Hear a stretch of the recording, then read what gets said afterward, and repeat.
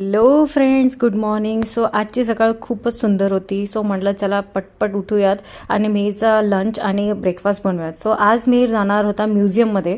So Koregaon पार्कला आज त्याचा सेकंड फील्ड व्हिजिट होती. सो म्हटलं त्याने कालच रात्री मला सांगितलं होतं मला स्वीट कॉर्न पाहिजे बॉईल केलेले. सो खूप इझी आहे. पिंक सॉल्ट टाकून 2 शिट्टी मारून घ्यायची आहे कॉर्नला आणि खूप अमेझिंग लागतं. काही लोक ह्याच्यावर चीज पण टाकतात, काही लोक बटर पण टाकतात, पण मिहीरला प्लेनच आवडतं. सो हे मी त्याला ब्रेकफास्टसाठी दिलेलं होतं आणि लाईट वेट पण आहे आणि चांगलं पण आहे खायला. सो सोबतच तुम्हाला बोलला होतं भेंडीची भाजी आणि चपाती पाहिजे. सो भेंडीची भाजी म्हणला मी जास्तच बनवून घेते कारण की विशालला पण बनवायची होती, जेवणासाठी पण होऊन जाते. आणि सकाळ सकाळी छानपैकी भेंडी धुवून घेतल्यानंतर मी छानपैकी चॉप करून घेतली. त्याच्यामध्ये मी टोमॅटो आणि कांदा टाकते कारण की मिहीरला मसाला भेंडी जास्त आवडते ॲज कम्पेअर टू प्लेन भेंडी.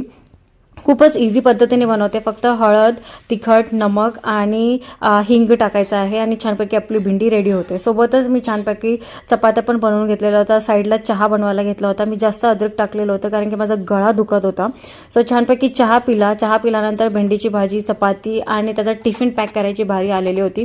सो एक ब्रेकफास्टचा टिफिन होता, एक लंचचा टिफिन होता. सोबतच मोगू आणि त्याला मी रेडी केलेलं होतं. सो मिहीर निघाला स्कूलला. आज मैं जाने वाला फील्ड ट्रिप में. कहाँ पे जाने वाले हो आप फील्ड ट्रिप में?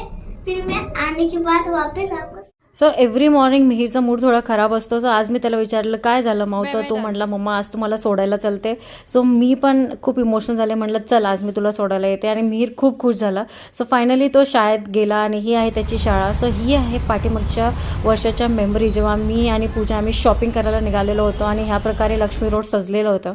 खूपच सुंदर आणि अप्रतिम मेमरीज होत्या. आणि पूजाच्या लग्नाच्या शॉपिंग म्हणजे पूर्ण लक्ष्मी रोडचे जे मोठे मोठे दुकानं आहेत ना, ते सगळे आम्हाला ओळखत होते कारण की आम्ही सगळीकडनं शॉपिंग केलेली होती. सो दिस इज हा तिचा विधीचा लुक होता आणि हा तिचा ट्रेडिशनल होता, जे की आम्ही कस्टमाइज केली होती. सोबतच म्हटलं चला घरातलं सामान आणि सगळ्या गोष्टी क्लिनिंग करायला घेऊ कारण की जोपर्यंत आपण क्लिनिंग नाही करत सो सगळ्या गोष्टी सुरू नाही होत करायला. म्हटलं छानपैकी चपाती पण बनवून घेऊ कारण की सगळ्या गोष्टी माझ्यासोबत चालू असतात. झाडू, पोचा, भांडी, सोबत जेवण, सगळ्या गोष्टी सोबत केल्यानंतरच होतात. सो म्हटलं आज जास्त काय बनवायला नको, फोडणीचं वरण आणि भात बनवायला घेऊ. छानपैकी डाळ कुकर लावून घेतली. सोबतच भात पण कुकरला लावून घेतलेला होता.